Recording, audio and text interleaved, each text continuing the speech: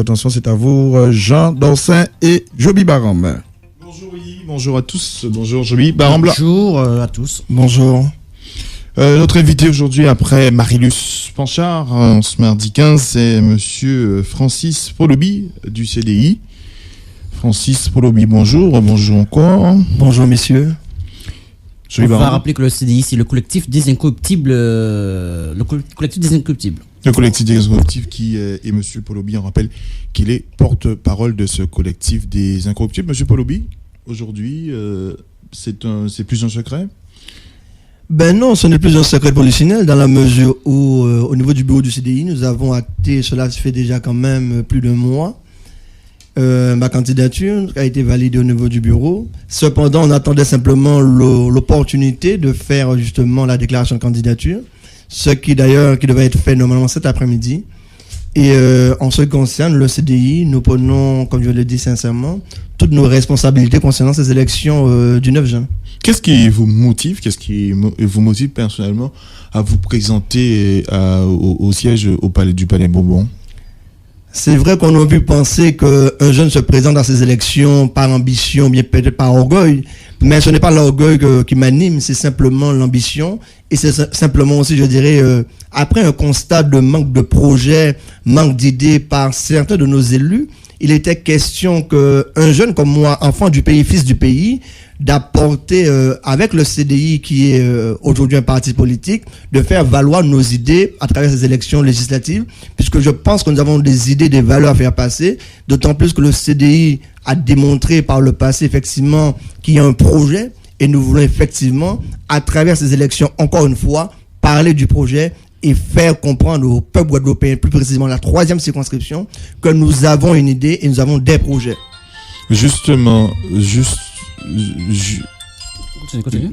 cette idée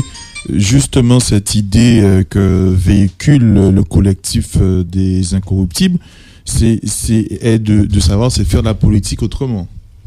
Exactement, c'est faire la politique autrement, puisque nous ne voulons pas dire non plus que nous allons changer les choses, mais il appartient pour nous de dire et de faire bien comprendre à la population que faire la politique autrement au niveau du CDI, c'est amener quelque chose de nouveau, amener des idées nouvelles, afin de bien faire comprendre que nous ne sommes pas là pour dire que tout ce que nos élus ont pu faire dans le passé ou actuellement, ce sont des mauvaises choses. Mais non, mais amener une nouvelle politique qui consiste à dire simplement faire valoir nos valeurs, faire valoir également nos projets, nos idées, ce que nous défendons, c'est-à-dire que à travers cela, après un constat, comme je disais tout à l'heure là, c'est le manque d'idées surtout. Et c'est cela pour nous amener une nouvelle politique. C'est rattraper le temps perdu par nos élus et proposer autre chose. Valeurs, projets, ce sont des mots, mais dans les actes, dans les faits.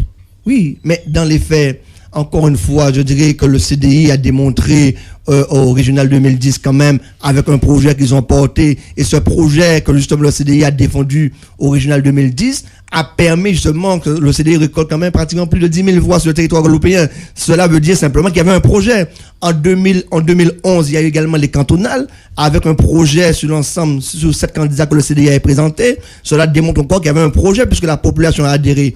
En 2012, au cantonal partiel de Cap-Bello, cela démontre encore une fois qu'il y avait un projet, d'autant plus que Jean-Philippe Courtois a démontré avec le CDI et notamment le groupe local, le G4, a démontré encore une fois avec 1580 voix qu'il y avait encore au CDI un projet à faire valoir. Et c'est ce projet-là que nous voulons défendre et nous voulons encore amener dans les élections législatives. Cela veut dire qu'il y a un projet et nous allons défendre ce projet-là durant les élections législatives. Vous disiez que les politiques de l'ancien temps, si je peux parler, n'ont pas eu de projet véritable pour la Guadeloupe.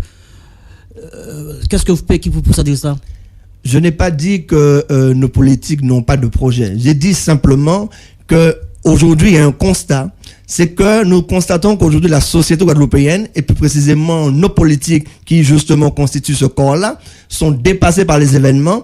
Et nous constatons également, encore une fois, je constate également avec le CDI, qu'il y a un manque de projets, il y a un manque d'idées, d'autant plus que les élections nous ont démontré effectivement qu'il y a un manque d'idées, un manque de projets, d'autant plus que je dis bien encore une fois, les dernières élections que le CDI a pu participer a démontré que la population quelque part demande effectivement qu'il y ait des nouvelles idées. entrer en matière pour vous, monsieur Francis Polobi.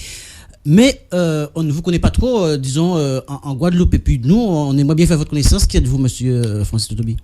Francis Polobi, natif de Petit-Bourg, un jeune certes, 30 ans, quand même ayant œuvré quand même à Guadeloupe Unie. Donc je pense peut-être c'est vrai que sur le plan je dirais départemental, peut-être qu'on me connaît pas, mais cependant, je ne sais pas hier que j'ai commencé la politique, j'ai travaillé au sein de Guadeloupe Unie, j'ai quand même, je dirais, pratiquement 10 ans d'expérience au sein du parti Guadeloupe Unie où j'ai eu l'occasion de travailler. Concernant le plan local, je connais assez bien puisque je me rappelle à l'époque que Léon Di était maire à Cap-Estébelo. Moi-même, j'ai eu l'occasion d'animer le comité communal de Guadeloupe Unie avec lui. Donc, à dire que je ne suis pas connu, je dirais dans la 3e circonscription ou bien sur le plan départemental, ce serait beau dire. Mais je pense que quand même, en Guadeloupe, on me connaît. On me connaît sur le plan associatif, d'autant plus que non seulement j'étais président d'association, mais j'ai eu l'occasion de participer à plusieurs activités sur le plan local et départemental ainsi que national, le niveau des associations. Tu peux avoir quelques exemples rapidement? Si